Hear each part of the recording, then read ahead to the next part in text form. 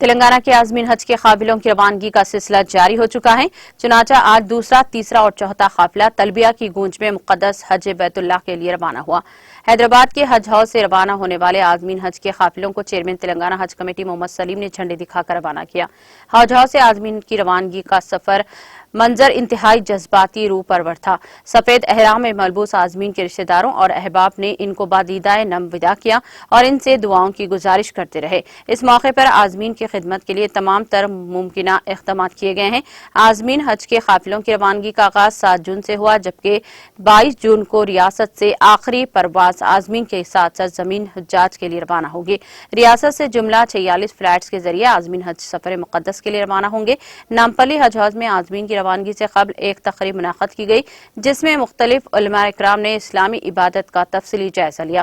اس موقع پر منعقدہ اجلاس سے چیئرمین تلنگانہ حج کمیٹی محمد سلیم نے خطاب بھی کیا۔ اس موقع پر ایگزیکٹو آفیسر حج کمیٹی بی شفیع اللہ کے علاوہ دیگر اہم سیاسی قائدین اور حج کمیٹی کے ذمہ داران موجود تھے۔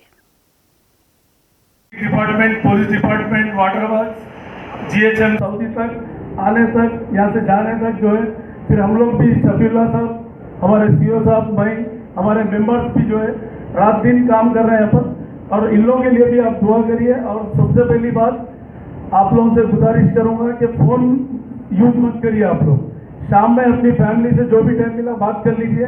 بار بار اپن دن میں جو ہے نا فونوں پہ، واٹس ایپ پہ، یہ سب شیطان ہے، اس کو بند کر دیجیے۔ شیطان کو اللہ کے مہمان بن کے جا رہے ہیں، تو اسی طریقے سے جو ہے نا پورا اللہ کے جا رہے ہیں، پھر اپن نماز پڑھے بعد پھر واٹس ایپ پہ سب کرتا، تو اپن شیطان کو استغفار پڑھنا، کثرت سے استغفار پڑھیے۔